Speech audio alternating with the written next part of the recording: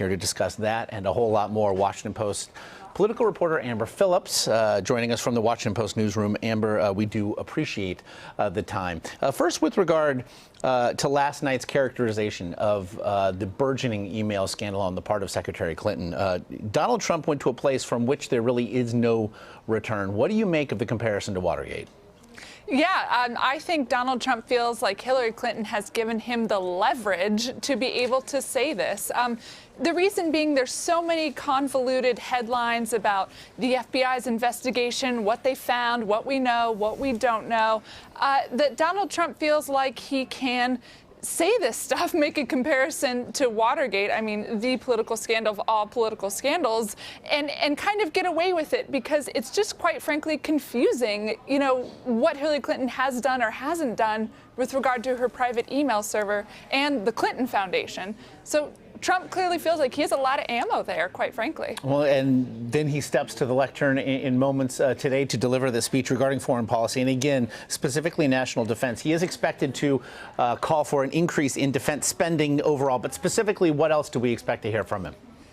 Listen, I think it's going to be more Clinton, Clinton, Clinton. He's billed this speech, obviously, as an elaboration of his own foreign policy and defense policy.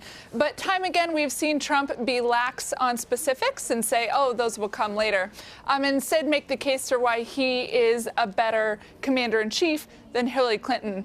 I expect him to talk a lot about the clearest difference between the two, which is regime change. You know, Hillary Clinton was involved in trying to oust leaders in Syria and in Libya.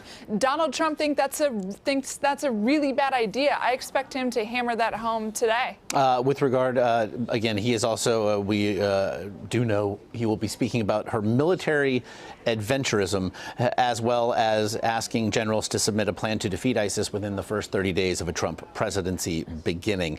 Meanwhile, this speech and Hillary Clinton's response later today comes at a very at an inflection point. So many polls over the last month have shown Hillary Clinton with a comfortable lead, a lead, though, that recent polls have suggested has all but evaporated. What level of concern do we think there is inside the Clinton campaign? Yeah, well, I think when you're leading by last month, it was 8, 9, 10 points in national polls, and it's down to 1 or 2 or nothing, you're naturally concerned. But that being said, I think the Clinton camp is helping themselves sleep at night by saying this race is won and lost in the states, right? That's how we vote for president. Each state votes for its choice for president.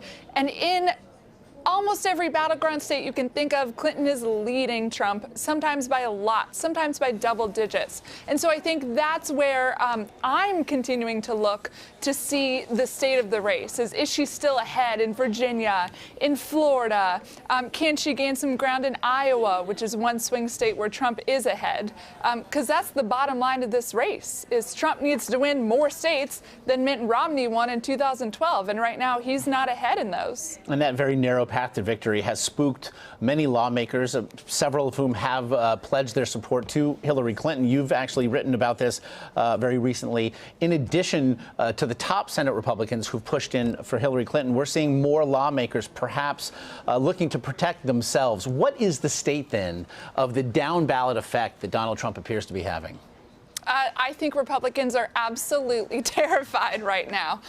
The best example I can give is Senator John McCain, who's in a potentially difficult re-election battle.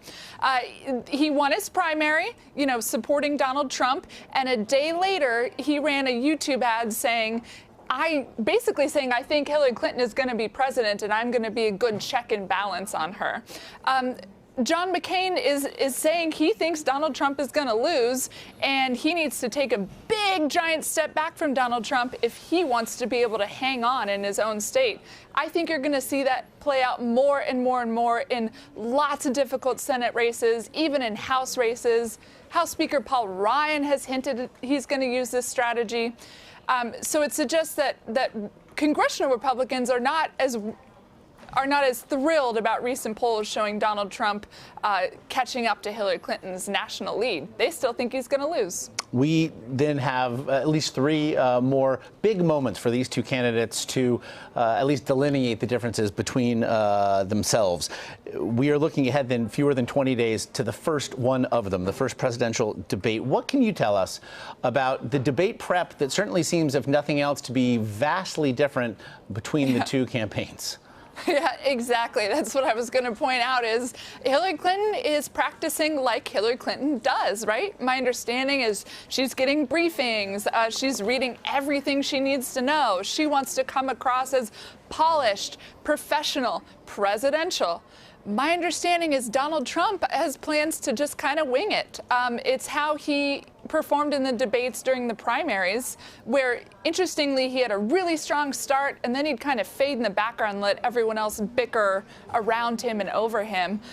You can't do that with just two people. So I'm so fascinated to see how Donald Trump's strategy of just winging it is going to play out in not one but three debates. Yeah, I think roughly 100 million Americans may share your interest, Yep. particularly come September 26th. Amber Phillips there in Washington. Very much appreciate the time and the insight. Thank you.